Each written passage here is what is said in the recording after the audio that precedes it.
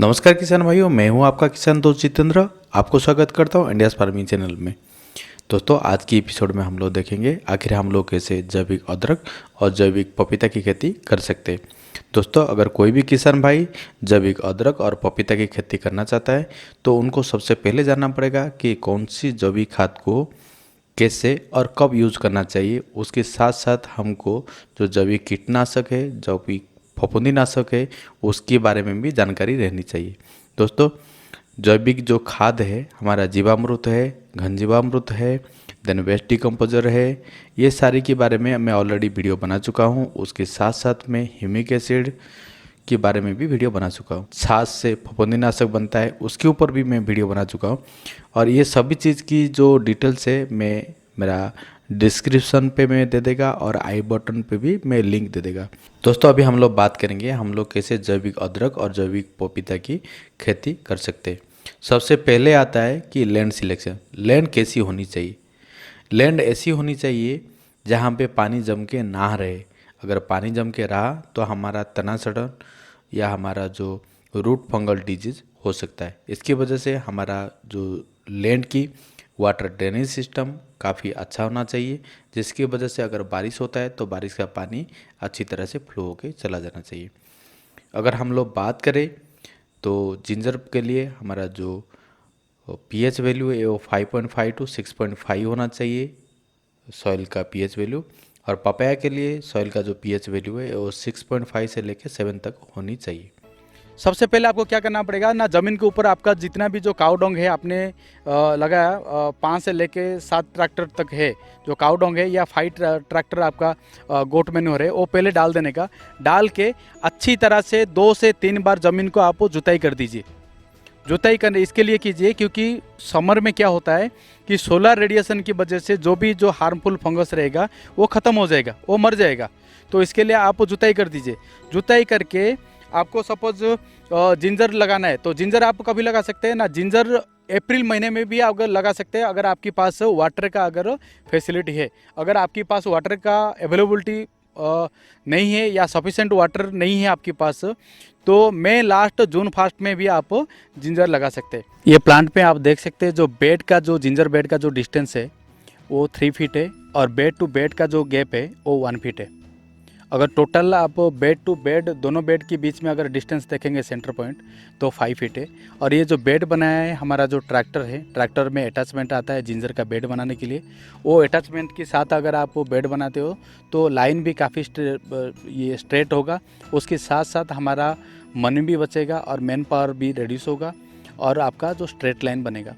तो इसके लिए आप जब भी जिंजर का बेड बनाते हैं तो आप क्या कीजिए कि जो ट्रैक्टर का जो अटैचमेंट है जिंजर के लिए वही अटैचमेंट यूज़ कीजिए और उसके साथ आप बनाएं।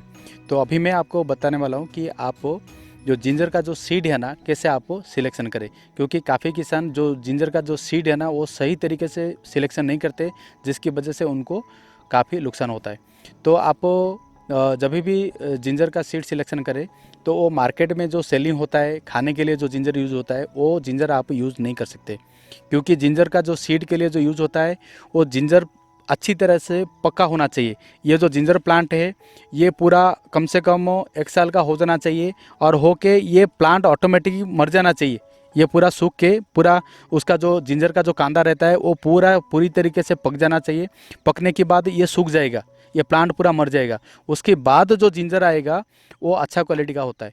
और जब भी आप सिलेक्शन करते हैं जिंजर सीड, तो आपका जान पहचान में अगर कोई किसान भाई है तो उनकी उधर जाके उनका क्रॉप देखिए। अगर हेल्दी क्रॉप है, आपको लग रहा है वो हेल्दी क्रॉप है और उनका प्रोडक्शन रेट भी काफ़ी अच्छा है, तो वो सीड अगर आप लेंगे तो आपके लिए काफ़ी अच्छा होगा।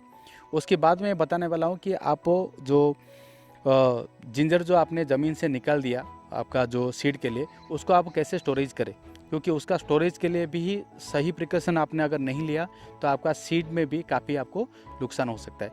जैसे मैं बात कर रहा हूँ, जब भी आपने प्रोडक्शन कर लिया, प्रोडक्शन करने के बाद आपको अच्छी तरह से उसका मिट्टी पिट्टी निकाल के आपको शेडों में छाया में लेके आपको रखना पड़ेगा। कैसे रखना पड़ेगा ना, नीचे हमारा जो रेती है, समुद्र का रेती है, वो सैंड लेके या आपका जो रिवर रेती है, रिवर का जो रेती रहता है, सैंड रहता है, वो सैंड पहले आप अच्छी तरह से बिछा दीजिए और उसके ऊपर आप हमारा जो जिंजर है, जिंजर को लेके रखिए।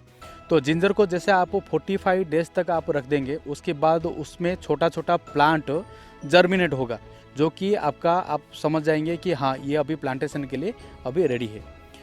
तो 45 डेज के बाद जब भी वो जर्मिनेट होके निकलेगा छोटा छोटा ब्रांचेस, उसके बाद आपको क्या करना पड़ेगा ना, आपको छोटा छोटा जो पीस है जिंजर लगाने के लिए आपको काटना पड़ेगा। और जो छोटा छोटा जो पीस रहेगा, वो पीस का जो वेट है अराउंड 30 ग्राम से 40 ग्राम तक उसका वेट रहेगा। अभी आप जिंजर लगाएंगे कैसे, वो सबसे इम्पोर्टेंट है। अभी आपने बेड आपका जो विड्थ है 3 फीट है। अभी बेड का जो सेंटर पे 1 फीट का एक लाइन बनाइए, क्योंकि जिंजर का 2 लाइन आएगा। जो 3 फीट का जो बेड है, 3 फीट की बेड के अंदर आपका आप देखेंगे तो 2 लाइन आएगा। ये एक लाइन है और ये एक लाइन है, आप देख सकते हैं ये एक लाइन है, ये एक लाइन है। तो ये जो लाइन है, ये लाइन और ये लाइन के बीच में 1 फीट का डिस्टेंस है। और ये जिंजर टू जिंजर जो डिस्टेंस है, जिंजर टू जिंजर जो डिस्टेंस है, ये 8 से 9 इंच का डिस्टेंस है। तो ये सबसे ज़्यादा इम्पोर्टेंट है। अगर मैं पर एकड़ के हिसाब से अगर मैं बात करूँ, पर एकड़ में आपका 8 क्विंटल का आपका जिंजर यूज़ होगा। सबसे इम्पोर्टेंट है कि आपको जिंजर कब भी लगाना चाहिए। अभी आपके पास अगर पानी का अवेलेबल सोर्स है, सफिशेंट पानी है, तो आप अप्रैल महीने भी लगा सकते हैं। अगर आपके पास सफिशेंट पानी नहीं है, पानी का सख्त दिक्कत है, तो आप मई लास्ट जून फर्स्ट में भी आप जिंजर लगा सकते हैं। जिंजर आप जब भी लगाते हैं उससे पहले आपको क्या करना पड़ेगा, जो जर्मिनेटेड आपके पास जिंजर था, जो शेडो में आपने रखा था, छोटा छोटा ब्रांचेस से जर्मिनेट होकर निकलेगा, जो कि लगाने के लिए रेडी होकर रहेगा, उसको डायरेक्ट आप मत लगाइए, क्योंकि उसका उपचार करना बहुत ज़रूरी है। उसको सीड ट्रीटमेंट बोलते हैं, सीड ट्रीटमेंट करना ज़रूरी है। अब सीड ट्रीटमेंट करेंगे कैसे? अगर आप ऑर्गेनिक खेती करते हो तो ऑर्गेनिक तरीके से ही आपको जिंजर की सीड ट्रीटमेंट करना चाहिए। जैसे आप बीजामृत से आप जिंजर की सीड ट्रीटमेंट कर सकते हैं, या आप ट्राइकोडर्मा से भी आप सीड ट्रीटमेंट कर सकते हैं, या आप वेट डिकम्पोजर का जो सॉल्यूशन है उसमें आप सीड ट्रीटमेंट कर सकते हैं। अगर आपके पास ये तीनों ऑर्गेनिक चीज़ें नहीं है, मैंकोजेब है तो मैंकोजेब पे आप सीड ट्रीटमेंट कीजिए, नहीं तो सेब का एक सीड ट्रीटमेंट के लिए एक मेडिसिन आता है, उसमें भी कर सकते हैं, या आपको वेस्ट डिकम्पोजर में भी आप कर सकते हैं। काफ़ी सारे तरीके का आपका सीड ट्रीटमेंट का, या क्लोरोपाइरिफॉस का भी आप आता है, लिक्विड आता है, उसमें भी आप सीड ट्रीटमेंट कर सकते हैं। आप क्या करेंगे, एक बर्तन पे मैंकोजेब ले सकते हैं, या क्लोरोपाइरिफॉस आप डाल के उसको लिक्विड बना के जिंजर को आप डाल देंगे। जिंजर को डालने के बाद वही जिंजर को आप क्या करेंगे, कुछ टाइम के लिए आप सुखाएंगे। जैसे उसका जो पानी रहेगा वो पानी सूख जाएगा। सूखने के बाद आप उसको बेड में लेके लगा सकते हैं। अभी जब भी जिंजर आप लगाएंगे तो ज़्यादा डेप्थ तक आपको खोदने की ज़रूरत नहीं है। ऊपर ही आपको हल्का सा थोड़ा सा आपको खोदना है, अराउंड 2 to 3 इंच, आपको 2 इंच तक आपको खोदना है। खोद के आपको उसके ऊपर हल्का सा मिट्टी आपको डालना है, ऐसा प्रेस नहीं करना है आपको, जैसे अच्छी तरीके से वो जर्मिनेट होके वो निकले। दोस्तों अभी हम लोग बात करेंगे पपीता की प्लांटेशन के बारे में।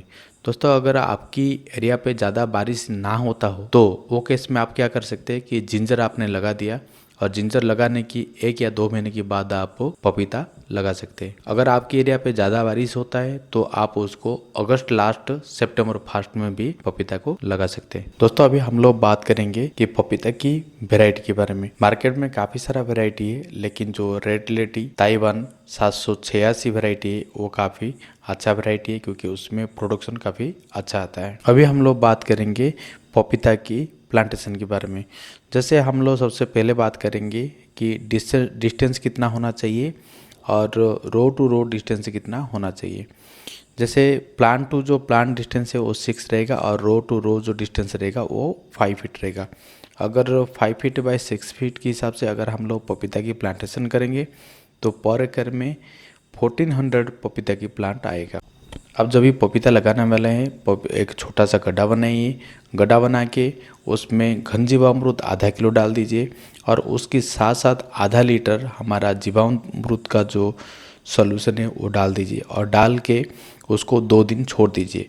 2 दिन छोड़ने के बाद उसके बाद आप प्लांटेशन करने की प्लान कीजिए। दोस्तों अगर आप जैविक तरीके से अगर अदरक और पपीता की खेती करते हैं तो सबसे इम्पोर्टेंट रहता है कि जैविक खाद उर्वरक की, क्योंकि अगर आपने सही से जैविक खाद उर्वरक अगर नहीं दिया तो जो प्लांट की जो ग्रोथ है वो नहीं होगा। उसके साथ साथ आपको जैसे पपीता की जो फ्रूट है वो फ्रूट सही क्वालिटी का नहीं आएगा।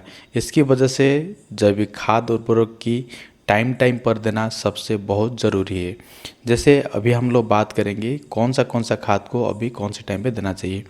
जैसे जैविक खाद में हम लोग घनजीवामृत यूज करेंगे, वेट डिकम्पोजर भी यूज करेंगे, उसके साथ साथ जीवामृत भी यूज करेंगे।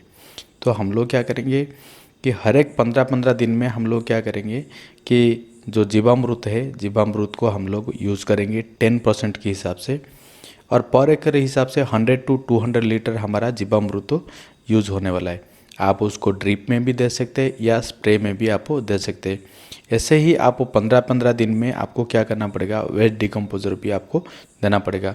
तो एक महीने में आपको कम से कम 2 बार जीवामृत और 2 बार अगर वेस्ट डिकम्पोजर देंगे तो आपका जो ज़मीन पे आपका बेड पे आपका जो मित्र किट है वो काफ़ी डेवलप हो जाएगा और आपको जो प्लांट को काफ़ी भरपूर खाद भी आपको मिल जाएगा प्लांट को, जिसकी वजह से हमारा प्लांट की ग्रोथ भी काफ़ी अच्छा होगा और उसके साथ साथ वो फ्रूटिंग भी हो जाएगा और कोई भी बीमारी होने का जो चांसेस है वो कम हो जाएगा और जो प्लांट की जो इम्यून सिस्टम है वो काफ़ी बूस्ट होगा और ज़्यादा बढ़ जाएगा। घनजीवामृत को आपको जिंजर लगाने की 2 महीने के बाद एक बार देना चाहिए और उसके साथ साथ जब भी आप पपीता भी लगाएंगे, पपीता लगाने की 2 महीने के बाद वापस आपको घनजीवामृत देना पड़ेगा। तो इसका मतलब हर एक 60 दिन में एक बार आपको कम क्वांटिटी में आपको घनजीवामृत देना पड़ेगा, जिसकी वजह से जो ज़मीन पे हमारा जितना भी जो जैसे हमारा नाइट्रोजन, फास्फोरस और जो पोटास की जो पूर्ति है ये हमारा घनजीवामृत पूर्ति करेगा। जैविक खेती में सबसे ज़्यादा जो इम्पोर्टेंट रोल रहता है वो जीवामृत एंड घनजीवामृत का, जिससे जीवामृत आपको हर एक 15-15 दिन में और महीने में आपको 2 बार देना पड़ेगा। ऐसे हमको घनजीवामृत को हर एक 60 दिन में एक बार देना पड़ेगा। जैसे आपने जो पहली इनिशियल स्टेज में 400 किलो पर एकड़ के हिसाब से दिया था, लेकिन बाद में आपको बहुत कम क्वांटिटी, उसका आधा क्वांटिटी के हिसाब से हमको पूरा जिंजर एंड पपीता की जो प्लांट है उसमें देना पड़ेगा।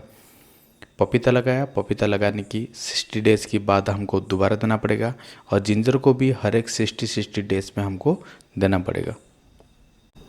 दोस्तों अभी हम लोग बात करेंगे जैविक कीटनाशक और फफूंदीनाशक के बारे में, क्योंकि जिंजर और पपीता की क्रॉप में कभी भी बीमारी आ सकते हैं। अगर आप वो जैविक तरीके से करते हैं तो बीमारी ऐसे भी कम आने वाला है, लेकिन अगर बीमारी कभी आने का आपको चांसेस लग रहा है तो वो टाइम पे अगर कीट की प्रकोप हुआ है तो वो टाइम पे जैसे मैंने आपको पहले से बताया था अग्निअस्त्र, ब्रह्मास्त्र, नीमास्त्र, देन 10 पानी अर्क, ये सारी का वीडियो मैंने ऑलरेडी बना चुका हूँ और उसका वीडियो का लिंक भी मैं आपको डिस्क्रिप्शन पे और आई बटन पे दे देता हूँ। ये सभी मेडिसिन कोई भी एक कीटनाशक अगर आप यूज करेंगे तो कोई भी कीट की प्रकोप आपकी फसल पे नहीं रहेगा। अगर कोई फफूंद का अगर अटैक होता है या फंगस का अटैक होता है वो टाइम पे आप जो जैविक फफूंदीनाशक छाछ पे बनाया हुआ है उसका भी लिंक भी मैं डिस्क्रिप्शन पे देता हूँ। उसका अगर आप प्रयोग करेंगे तो जो फफूंद का जो फंगस का बीमारी रहेगा उससे फसल को राहत मिलेगा। जैसे आप महीने में 2 बार जीवामृत का यूज करते हो, अगर जो सेकेंड टाइम आप जीवामृत यूज करते हो उसमें अगर खट्टी छाछ का 5 लीटर मिला के अगर आप प्रयोग करेंगे तो हमारा जो कोई भी फफूंदी ये टाइप की बीमारी नहीं होने वाला है, क्योंकि ये हमारा प्लांट की जो इम्यून सिस्टम है उसको काफ़ी बढ़ा देगा, जिसकी वजह से हमारा जिंजर को कभी भी बीमारी नहीं आने वाला है। तो आप जो सेकंड टाइम आप जीवामृत का यूज करेंगे वो टाइम पे 5 लीटर खट्टी छाछ आप मिक्स करके यूज कीजिए। किसान भाइयों, अगर कोई नया किसान भाई जैविक अदरक और पपीता की खेती करते हैं तो उनको शुरुआत में कितना खर्चा आएगा अप्रोक्सीमेटली एक हिसाब में बता देता हूँ। जैसे हमारा मार्केट में जो जिंजर का जो प्राइस है ना काफ़ी फ्लेक्सिबल रहता है, उसमें जैसे 80 से 100 तक रहता है। हमारा सीड का प्राइस में बात कर रहा हूँ, क्योंकि नॉर्मल जो जिंजर खाने का जिंजर रहता है वो कम रहता है, लेकिन जब भी आप सीड के लिए जाएंगे तो वो 80 से लेके 100 तक रहता है। तो 800 किलो को मैंने जिंजर के लिए 80,000 मैंने पकड़ा है और ड्रिप इरिगेशन सिस्टम के लिए हमारा 15,000 होगा, जो कि पपीता के लिए भी सेम होगा और हमारा जिंजर के लिए भी सेम ही रहेगा। और लैंड प्रिपरेशन के लिए जैसे बेड पेड़ आपने बनाया उसके लिए ट्रैक्टर में प्लस मैन पावर प्लस आपका जो जिंजर प्लांटेशन है उसमें आपका 15,000 आ जाएगा।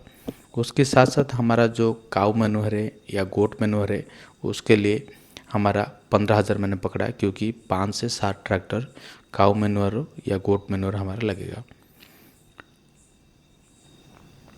और सीड प्लांटेशन के लिए हमारा जो मैन पावर रहेगा और ग्रास निकालने के लिए सीड प्लांटेशन के लिए मैंने 5,000 पकड़ा है। पहले मैंने लैंड प्रिपरेशन और जो मैन पावर के लिए 15,000 डाला था, अगेन मैंने 5,000 इधर डाला है। और उसके साथ साथ हमारा जो ऑर्गेनिक हमारा जो पेस्टिसाइड या फंगिसाइड, जैसे मैंने बात बोल रहा था कि ऑर्गेनिक हम लोग जीवामृत बनाएंगे, घन जीवामृत बनाएंगे, देन कीटनाशक बनाएंगे, देन उसके साथ साथ ऑर्गेनिक फफूंदीनाशक बनाएंगे। उसके लिए मैंने 10,000 पकड़ा है, क्योंकि अगर हम लोग केमिकल फार्मिंग में जाएंगे ये काफ़ी ज़्यादा जाने वाला है। इधर हम लोग घर पे ही सब कुछ बना रहे हैं। मैंने 10,000 दिया, लेकिन 10,000 वो यूज़ होने वाला ही नहीं, 5,000 से कम होगा। फिर भी मैंने मैक्सिमम टू मैक्सिमम पकड़ा है उसको। अगर ये सभी चीज़ें मैं अगर मिला देता हूँ तो हमारा जिंजर क्रॉप के लिए 1,25,000 का हमारा खर्चा होगा। अगर उसके साथ अगर मैं पपीता की अगर मैं बात करूँ तो पपीता का जो मेरा जो डिस्टेंस है 5 फीट बाई मेरा 6 फीट है। तो जो रो टू रो डिस्टेंस है वो 5 फीट है और प्लांट टू प्लांट जो डिस्टेंस है वो 6 फीट है। उसके हिसाब से पर एकड़ के हिसाब से 1,400 हमारा प्लांट आता है। तो 1,400 प्लांट और हमारा पर हर एक प्लांट का जो प्राइस है हमारा 14 रुपया है। तो आपका जो फील्ड है, फार्म है, फार्म पे डिलीवरी नॉर्मली जो रेड लेडी 786 14 रुपीज़ में आ जाता है। और उसका जो टोटल प्राइस होता है हमारा 20,000। तो टोटली पपीता और जिंजर का पूरा अगर खर्चा हम लोग बात करेंगे पर एकड़ के हिसाब से तो 1,45,000 हमारा टोटल खर्चा आता है। दोस्तों ये तो रहा हमारा पपीता और जैविक अदरक में खर्चा इतना हुआ। अगर कोई किसान भाई 1,45,000 खर्चा करता है या 1,45,000 अगर खर्चा करता है तो उनको कितना प्रॉफिट आएगा उसका एक अप्रोक्सीमेटली मैं हिसाब बता देता हूँ। क्योंकि आप जैविक खेती करते इसके लिए इसमें रिस्क का जो फैक्टर है वो थोड़ा कम हो जाता है। अगर आप सिर्फ जैविक अदरक करेंगे या जैविक आप पपीता करेंगे तो उसमें रिस्क फैक्टर काफ़ी बढ़ जाएगा। इसकी वजह से आप दोनों क्रॉप कीजिए और दोनों क्रॉप करेंगे तो आपको फ़ायदा मिल सकता है। अभी जो मैंने जो प्रॉफिट का जो हिसाब रखा है मैंने सबसे मिनिमम टू मिनिमम ही रखा है, जिसकी वजह से हमारा जो बजट है वो जितना आएगा वो मिनिमम कोई भी वर्स्ट कंडीशन पे वो उतना आ सकता है। अगर अच्छा हुआ उससे भी तो उससे भी ज़्यादा हमको प्रॉफिट मिल सकता है। जैसे मैं बात कर रहा हूँ पपाया, हमारा 1,400 प्लांट है और पर प्लांट को पर प्लांट में मैंने क्या किया है ना 25 रुपीज़ मैंने। अभी हम लोग बात करेंगे कि हमको कितना पपीता और जिंजर में हमारा प्रॉफिट होगा।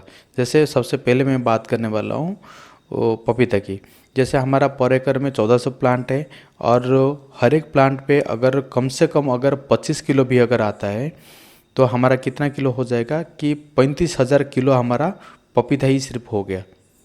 35,000 kg हमारा पपीता हो गया। अगर 10 किलो हमारा अगर 10 रुपीज़ के हिसाब से अगर भी जाता है तो 3,50,000 हमारा हो जाता है।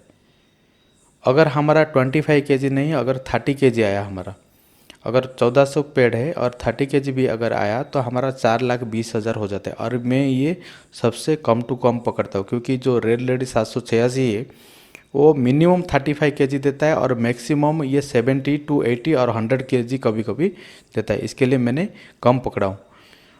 अभी मैं बात करूँगा जिंजर का। अगर जिंजर हमारा क्या है कि नॉर्मली जो एवरेज जो क्रॉप रहता है हमारा 100 to 130 क्विंटल पर एकड़ के हिसाब से हमारा रहता है। अगर मैं 100 क्विंटल भी पकड़ूँ 60 के हिसाब से तो हमारा 6 लाख यही हो जाता है। अगर मैं 130 क्विंटल 60 के हिसाब से पकड़ता हूँ तो 7 लाख हमारा 80,000 यही हमारा हो जाता है। तो अगर मैं बात करूँ कौन सा ना हमारा जो 130 क्विंटल अगर हमारा पर एकड़ के हिसाब से आता है और 60 रुपीज़ के हिसाब से अगर हम लोग सेल करते तो हमारा कितना ना 7,80,000 7,80,000 हमारा जिंजर से आएगा। अगर मैं पपीता को जो 1400 प्लांट है 25 के हिसाब से अगर 10 रुपीज़ अगर मैं पर किलो के हिसाब से भी अगर पकड़ता हूँ तो 3,50,000 सबसे जो मैंने कम पकड़ा है उसके हिसाब से मेरे को पपीता और अदरक में मेरा कितना ना 11,30,000 की मेरा टोटली क्रॉप होता है। और जिसमें मैं अगर मेरा जो खर्चा हुआ था 1,45,000 अगर मैंने 2 लाख भी अगर मैं निकाल देता हूँ तो भी मेरा 9,30,000 रुपया मेरा पर एकड़ के हिसाब से प्रॉफिट होता है। तो इसके लिए मैं किसान भाइयों मैं आपको सजेस्ट कर रहा हूँ जब भी आप खेती करते हैं तो आप ऑर्गेनिक तरीके से ही कीजिए, क्योंकि ऑर्गेनिक तरीके से आप करेंगे तो सबसे पहला चीज़ आपको क्या प्रॉफिट होगा कि आपका बीमारी सबसे कम होगा। उसके साथ साथ आपको बाहर से कोई भी मेडिसिन वगैरह आपको खरीदने की ज़रूरत नहीं पड़ेगा, जिसकी वजह से आपका काफ़ी प्रॉफिट हो सकता है। और उसके साथ साथ अगर ऑर्गेनिक तरीके से आप करते हो तो आप जिंजर की जो क्रॉप है वो काफ़ी लंबे समय तक आप रख सकते हो। और जब भी मार्केट में जिंजर का रेट बढ़ेगा वो टाइम पे आप उसको बेच सकते हो, जो कि अगर केमिकल फार्मिंग पे अगर आप करते हो तो ज़्यादा टाइम रखा तो आपका जिंजर आपका ख़राब हो सकता है। इसके लिए मैं आपको सजेस्ट कर रहा हूँ कि आप जैविक तरीके से अदरक और पपीता की खेती कीजिए, जिसमें आपको काफ़ी अच्छा प्रॉफिट हो सकता है। दोस्तों आशा करता हूँ कि ये वीडियो आपको अच्छा लगा होगा। अगर वीडियो आपको पसंद आया है तो वीडियो को लाइक कीजिए, चैनल को सब्सक्राइब कीजिए और बाजू में जो बेल आइकन है उसको प्रेस करना ना भूलें। वीडियो पे बने रहने के लिए आपको धन्यवाद।